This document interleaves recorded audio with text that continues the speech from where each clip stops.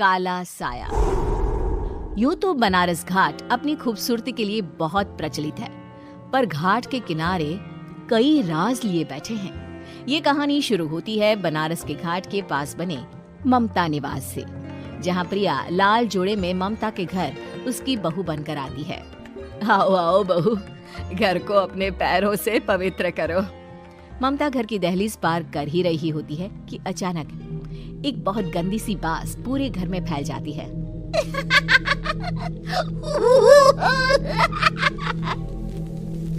ये बदबू और ये आवाजें, ये कौन हंस रहा है माँ? अब ये पड़ोसी ना हमारे थोड़े अलग से है। कहाँ हम शाकाहारी और ये मांस मच्छी खाने वाले। छोड़, तू ध्यान मत दे और गृह प्रवेश कर। और हाँ बहू, अपनी सास की एक बात हमेशा याद रखना, इन पड़ोसियों से तो कभी बात नहीं करेगी। अच्छे लोग नहीं है ये। अपनी सास की ये बात मानेगी ना बेटा? हाँ माँ, जो आपकी मर्जी, मैं उनसे बात नहीं करूंगी। अगले दिन प्रिया अपनी पहली रसोई बनाने रसोई घर में जाती है। ये छोकी बात तो नाक में जा रही है।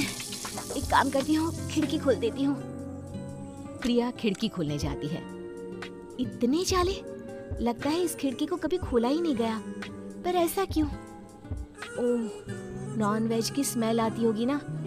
2 मिनट के लिए खोल लेती हूँ, फिर बंद कर दूंगी। प्रिया खिड़की खोलती है। खिड़की खोलते ही उसकी नजर सामने वाले घर की खिड़की पर पड़ती है, जहाँ एक लड़की खड़ी होती है। हाथों में मेहंदी, लाल रंग की साड़ी, बिल्कुल सजी धजी, मानो प्रिया की तरह ही वो भी नई नवेली बहू हो। वो प्रिया को देखकर मुस्कुराती है। हे भगवान, माँ ने तो इनसे बात करने को मना किया था। प्रिया फौरन ही खिड़की बंद कर देती है और तवे पर चढ़े रोटी की ओर देखने लगती है, पर वहाँ रोटी न होकर मछली पड़ी होती है। ये क्या? पहली ही रसोई में इतनी बड़ी गलती। हे भगवान, अब मैं क्या करूं? प्रिया बहुत डर जाती है और फौरन रसोई की सफाई करने और फिर सभी के लिए खाना बनाने लग जाती है। जब वो सबको खाना परोसती है, सब तो ठीक है, मैं बेकार में चिंता कर रही थी। हे भगवान, ऐसे ही बस अपनी कृपा बनाए रखना। रात के वक्त जब सब सो रहे होते हैं, तब प्रिया को पायल की आवाज सुनाई देती है, जिससे उसकी आंख खुल जाती है। ये पायल की आवाज कहाँ से आ रही है? प्रिया उठकर उस आवाज के पीछे छत की सीढ़ियों तक जाती है। तभी उसे बच्चे के रोने की आवाज आती है। प्रिया छत पर जाती है तो क्या देखती है? वही लाल साड़ी वाली लड़की अपनी गोद में एक नवजात बच्चे को घुमा घुमा कर सुला रही है। तभी प्रिया की नजर उसके पेट पर पड़ती है। ओह गॉड, ये तो प्रेग्नेंट भी है। सुनिए, बच्चा सो नहीं रहा है क्या? मैं कुछ मदद करूं? नहीं नहीं, आपके घर वालों को अच्छा नहीं लगेगा, मैं संभाल लूंगी।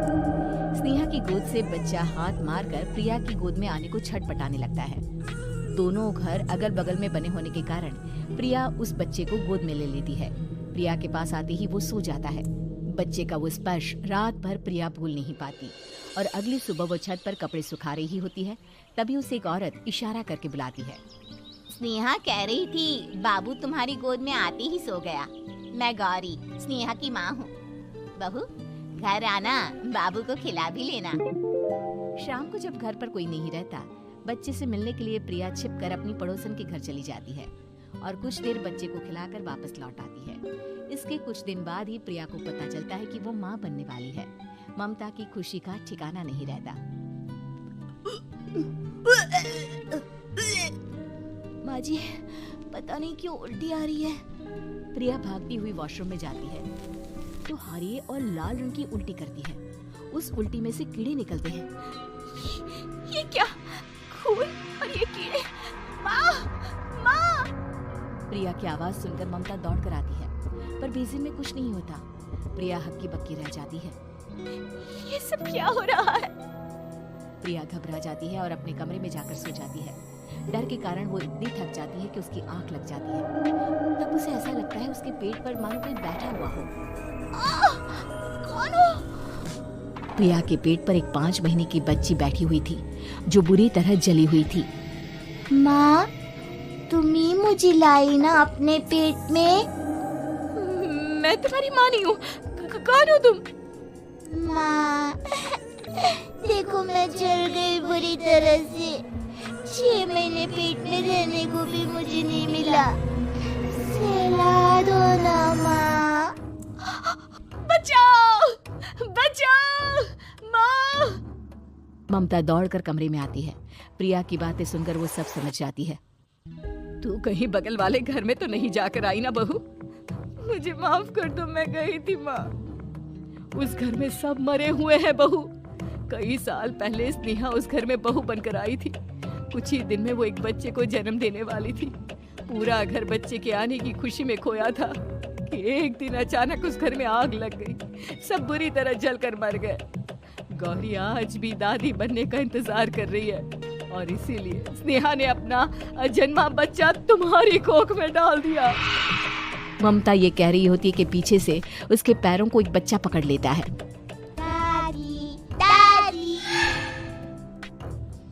माँ, स्नेहा की गोद में यही बच्चा था। ये बच्चा कौन है फिर? तेरी मौत है। तेरी भी दादी। जिस जिसका ममता को डर था वही हो गया। ममता निवास के ऊपर मौत ने चादर बिछा दी थी। प्रिया का पेट ऐसे बढ़ जाता है मानो 9 महीने का हो। 2 हाथ उसके पेट से बाहर निकलते हैं। बहू, संतोष को फोन कर, किसी पंडित जी को बुला बहू। प्रिया का पति भागता हुआ घर आता है। ये तो होना ही था माँ। तेरा पाप तेरे सामने आ गया तो तू सह नहीं पा रही है। स्नेहा घर में आग लगी नहीं थी, माँ ने लगाई थी प्रॉपर्टी की लालच में। और वो बच्चा मेरी पहली पत्नी का बच्चा है, मेरा बेटा, जो कि उस आग की चपेट का शिकार हो गया था। मैंने तुमसे ये सब माँ के कहने पर छुपाया था। मुझे माफ कर दो प्रिया। तुम अगर चाहो तो यहाँ से जा सकती हो। मैं तुम्हें किसी भी बंधन में रखना नहीं चाहता। मेरी शादी हुई है आपसे, मैं आपको छोड़ नहीं सकती, पर उससे पहले हमें स्नेहा, उसकी माँ और बच्चे की आत्मा की शांति करवानी होगी। संतोष और ममता गौरी के घर जाते हैं। अंदर सब कुछ जला हुआ होता है। जमीन पर जली हुई लाशें बिखरी हुई थी। ममता रो रो कर अपनी करने की माफी गौरी से मांगती है। प्रिया स्नेहा के घर वालों का अंतिम संस्कार करवा देती है और ममता निवास फिर से आत्माओं के साए से मुक्त हो जाता है।